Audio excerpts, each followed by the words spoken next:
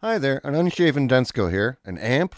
A plug-in? What about a hybrid of both? What does a Quad Cortex really smell like? If you're into the Soldano SLO sound and a Quad Cortex user, this video is geared specifically for you. And if you're not in one of those cramps, why not stick around for some cool tones and madness from Densko Music Labs?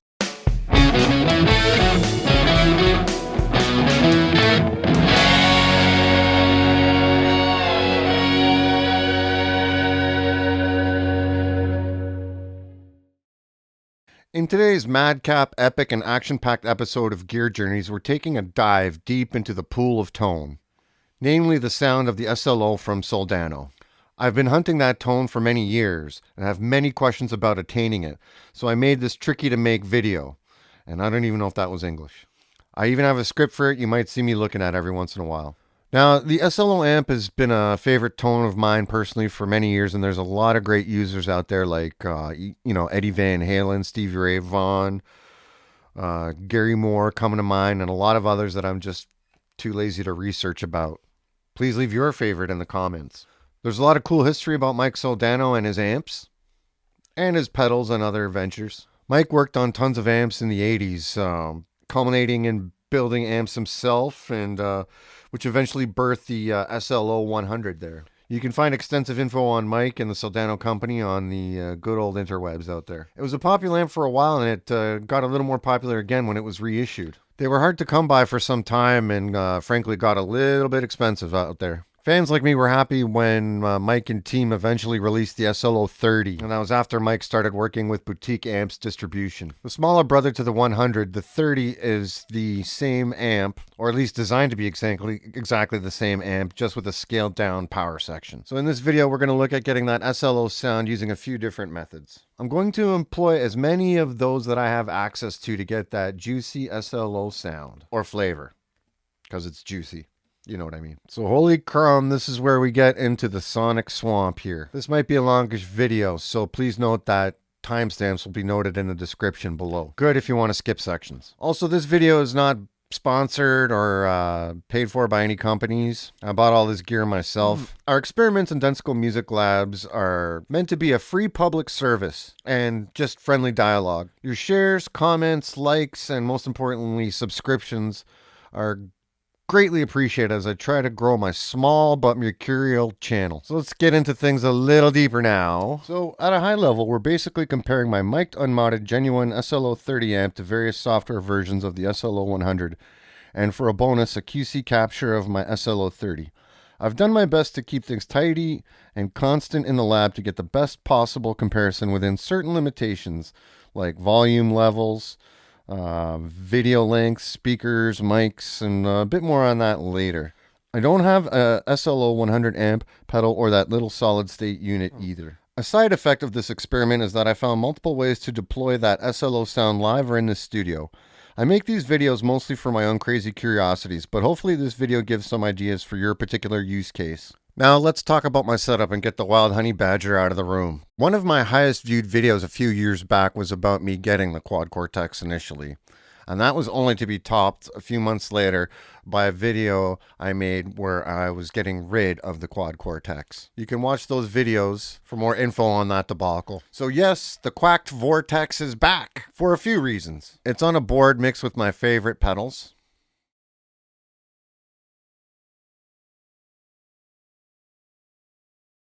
A friend of mine walked me through his QC sounds and they were just amazeballs.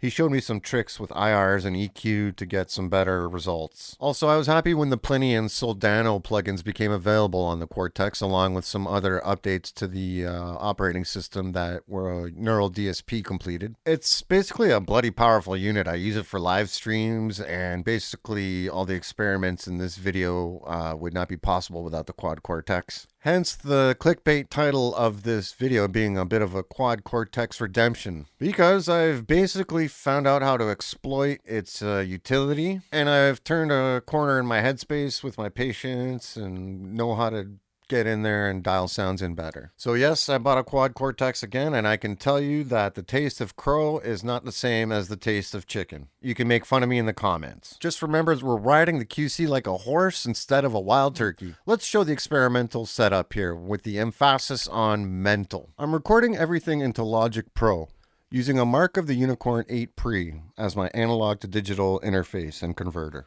No effects, EQ, jiggery, pokery, or fiddly twiddly stuff was done on Logic or in any of the software on any of the platforms.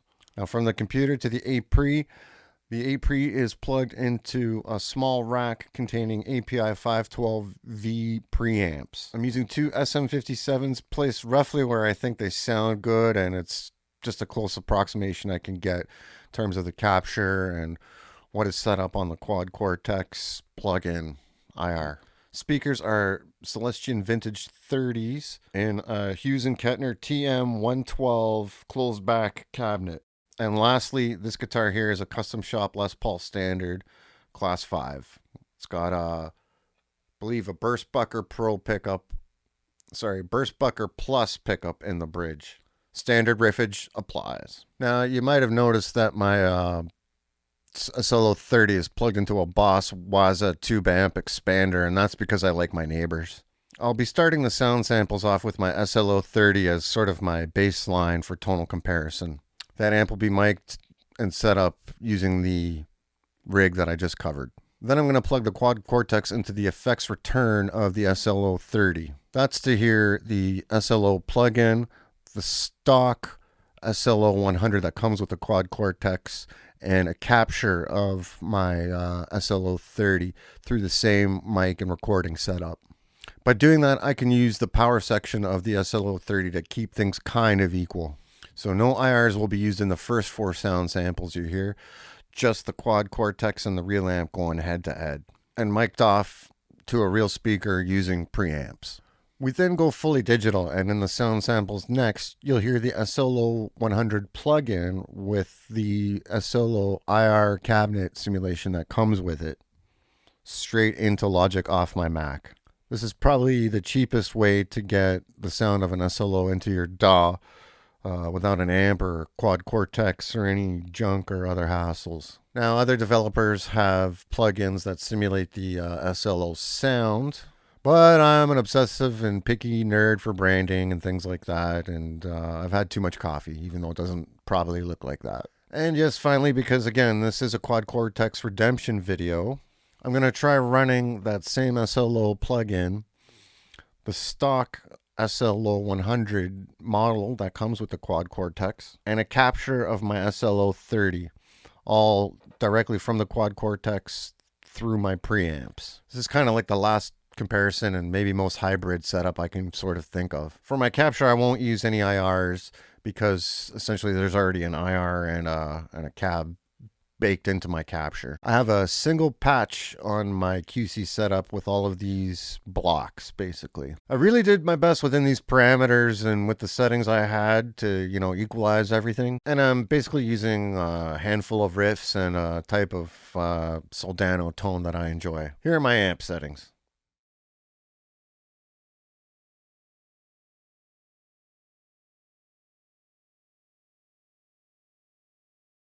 So again, folks, let it be known there are limitations and caveats to experiments like these. Things like mic placements, my ability to capture stuff. Using the tube amp expander might be controversial. So use your ears and your judgment to pick your favorite. Let me know in the comments which tone you prefer. Phew! As you can see, we have a lot to listen to, and this lad has had a lot of rigging and editing to do. Here come the sound samples that you've been waiting for. Stay tuned after them for my own thoughts and comments. Put your headphones on for the best experience after you're done wiping your bum. To keep track of things, I'll be indicating which rig I'm using at the bottom of the screen. You can always check the timestamps.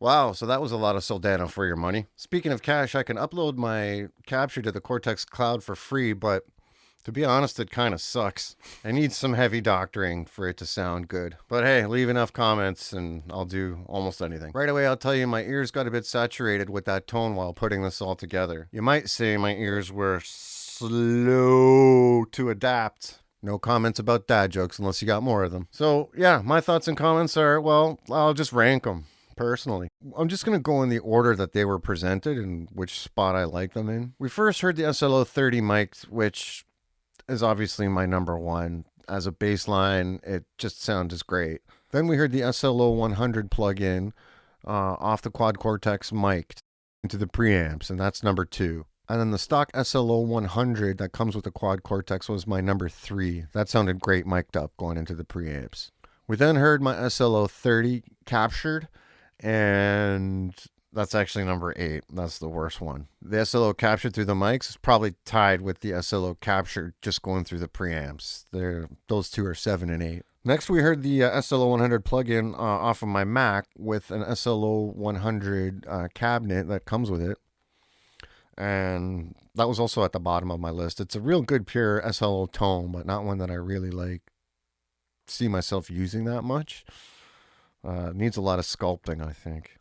Then I used the SLO100 plugin off of my Quad Cortex going directly through my preamps into the DAW there. That was number 4 for me.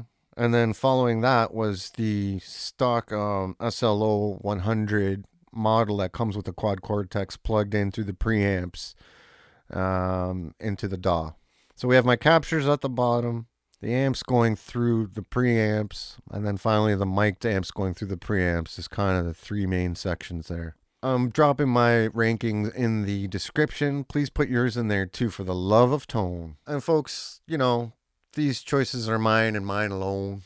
I mean, they're really just arbitrary and really reflect my ears today and my ability to capture tone today as well. So yeah, depending on your application there, or your situation, one of these rigs might work better for you than others. I think they all sound pretty good and are probably good enough for a live concert or a live jam type arena. Recording might be a different story, at least to my ears. I can see a lot more subtle variances. Don't know if that'll show up on the YouTubes or not. And like I said, my capture was the worst of the bunch, basically because of my skills.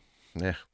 Another caveat you might have noticed is that because I have the tube amp expander, I left out plugging the tube amp expander into my DAW through the preamps, just because I'm already in over my head. And I also don't have the SLO pedals or the little desktop solid state transistor amp version that they made. Besides, too many variables make Denskil fizzy.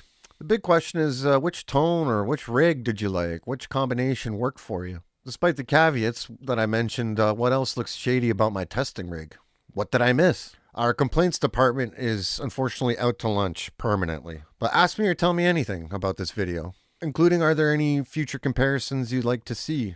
Let me know these things or any type of questions you might have. Such as, how dare I do such an experiment? Well, it had to be done, folks. For you, for me, for the people. And honestly, for growing my channel very greedily. Like I said, it was a bit tricky to set this all up production-wise, but also very fun and informative for me. I'm primarily interested in the tonal results, and I get kind of moody about the whole tube amp versus digital modeler thing. But please fill your boots. I'm also not after Neural DSP or Soldano as either a fanboy or a critic. I do like and use their stuff for the most part, but I do have some rather reserved opinions on them, which might be the topic of a future video if you guys are interested. Well, thanks for sticking around this long, folks. Please do the liking and the subbing and the sharing and the commenting on this video for the sake of baby pandas everywhere. My channel might be small, but it is mighty and growing. So please come back for some more cool content and enjoyable experiments. Thanks again for hanging out. This has been Denskil from Denskil Music Labs.